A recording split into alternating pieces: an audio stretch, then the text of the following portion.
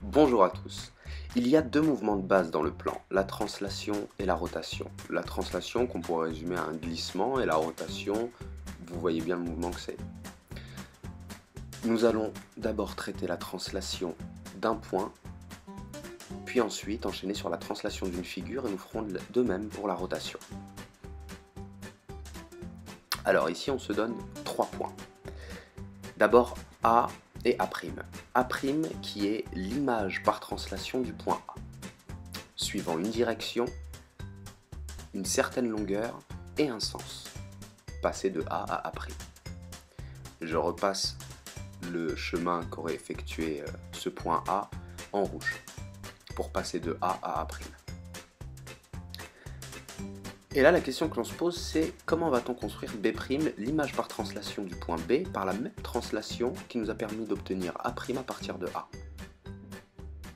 Alors pour cela, il faut comprendre une chose qui est fondamentale, c'est que le quadrilatère AA'B', est un parallélogramme.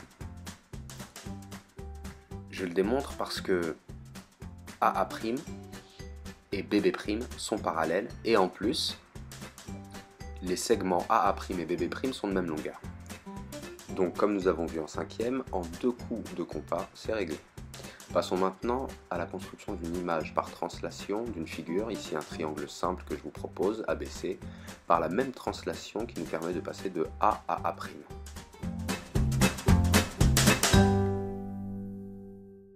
Ce qui revient donc à construire les translatés de B et de C, donc construire B' et C'.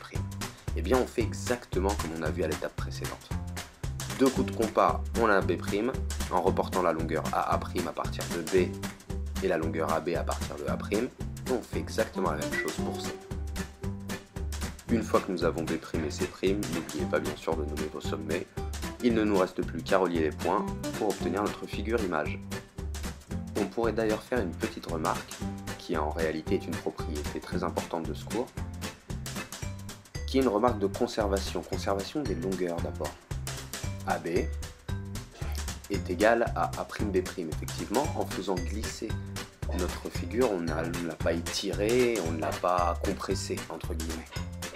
Il y a aussi une conservation des aires, des surfaces. L'aire du triangle ABC est égal à l'aire du triangle A'B', C'. Et enfin, une conservation des angles. L'angle en A par exemple, que je repasse ici en vert, mais c'est la même chose pour l'angle en B et l'angle en C, qui sont respectivement de la même mesure que B' et C'. Passons maintenant à la rotation. Premièrement, la rotation d'un point. Il faut savoir qu'une rotation, et vous le devinez sûrement, elle est d'abord caractérisée par son centre. Il nous faut bien un point à partir duquel nous allons tourner notre point ou notre figure. Et bien sûr par un angle. Alors là, vous m'excuserez, il y a écrit 110 degrés, mais c'est en réalité 120 degrés, je me suis trompé. Il nous faut un angle et un sens. Sens horaire, sens des aiguilles d'une montre, sens anti-horaire, c'est le sens contraire. Première étape, tracez votre demi-droite à partir qui a pour origine votre centre de rotation. Pour pouvoir vous aider du rapporteur, tout de suite après, faites attention à bien le positionner, ça dépend du sens de rotation. Sens horaire, anti-horaire, ici c'est le sens horaire, donc on le met dans le bon sens. Et enfin une troisième étape, reporter notre longueur OA qui est la même que la longueur OA'. Effectivement, quand on fait une rotation, on ne jette pas l'objet plus loin, on ne le rapproche pas du centre de rotation. Nous enchaînons maintenant par notre dernière partie, la construction de l'image d'une figure par une rotation dont on nous donne bien entendu le centre, l'angle et le sens de l'angle. Alors ici c'est 70 degrés, sens anti-horaire, pour changer. Eh bien tout ce qu'il s'agit de faire, c'est de construire les images par rotation de chacun des sommets. Je commence par A', je vais enchaîner avec B', C', puis D', en suivant exactement les mêmes étapes que nous avons vues juste avant, c'est-à-dire la rotation d'un point. Effectivement, les sommets sont des points. Pour construire le point B', image par la translation de centre O et d'angle dans le sens anti-horaire 70 degrés, on fait exactement la même chose que pour A'. On commence par notre demi-droite, on utilise le rapporteur, on fixe notre angle à 70 degrés, on trace notre deuxième demi-droite, et enfin on reporte la longueur. Et pour C, ou plutôt pour C', aucun changement.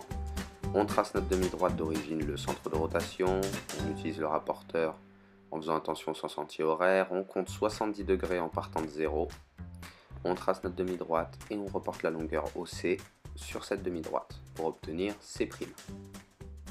Et encore une fois, la même chose pour D', demi-droite, rapporteur, demi-droite, compas.